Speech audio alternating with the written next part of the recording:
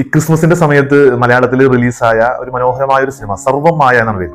ആ സിനിമ ഭയങ്കര super hit ആയിട്ട് ഇപ്പോൾ തിയേറ്ററിൽ ഓടിക്കൊണ്ടിരിക്കുകയാണ്. എല്ലാവർക്കും വളരെ നല്ല അഭിപ്രായമാണ്.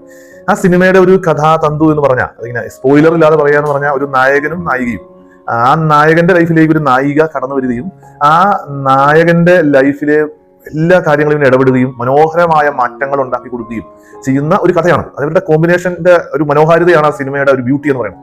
അപ്പം ഇങ്ങനെ ഈ സിനിമ മുമ്പോട്ട് പോകുമ്പോൾ ഈ സിനിമ എനിക്ക് തോന്നുന്നു ഇത്ര ഹിറ്റ് ആവാൻ കാരണം ഇങ്ങനെ ഒരു നായികയെ, ഇങ്ങനെ ഒരു കൂട്ട് നമ്മുടെയും ഒക്കെ ജീവിതത്തിൽ ഉണ്ടായിരുന്നെങ്കിൽ എന്ന് ആ സിനിമ കാണുന്ന എല്ലാവരും ആഗ്രഹിക്കും. ഞാനും ആഗ്രഹിച്ചു.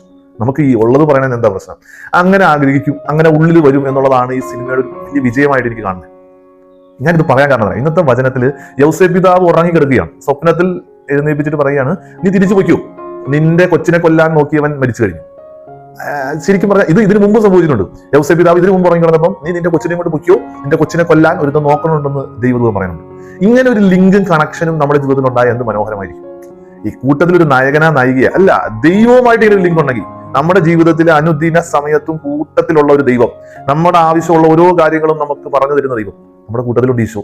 ഈശോയുമായി ലിങ്ക് കാത്തു സൂക്ഷിക്കാൻ നമ്മളെ കൊണ്ട് സാധിക്കണം എന്നുള്ളതാണ് പ്രധാനപ്പെട്ട കാര്യം. അങ്ങനെ ലിങ്ക് കാത്തു സൂക്ഷിക്കാൻ സാധിച്ചാൽ അത് വളരെ മനോഹരമായിരിക്കും, സൂപ്പർ ഹിറ്റ് ആയിരിക്കും. നമുക്ക് എല്ലാവർക്കും ഉള്ള ആഗ്രഹമാണ് അങ്ങനെ ലിങ്ക് കാത്തു സൂക്ഷിക്കാൻ സാധിക്കട്ടെ. സ്വപ്നത്തിൽ പോലും നമ്മളും നമ്മുടെ ഈശോയും തമ്മിലുള്ള ഒരു ലിങ്ക് ഉണ്ടാവട്ടെ. നമ്മുടെ ജീവിതത്തിൽ മനോഹരമായിട്ട് ഈശോ ഇടപെടാൻ സാധിക്കട്ടെ. ഈശോ നമ്മളെ സമൃദ്ധമായിട്ട് അനുഗ്രഹിക്കട്ടെ.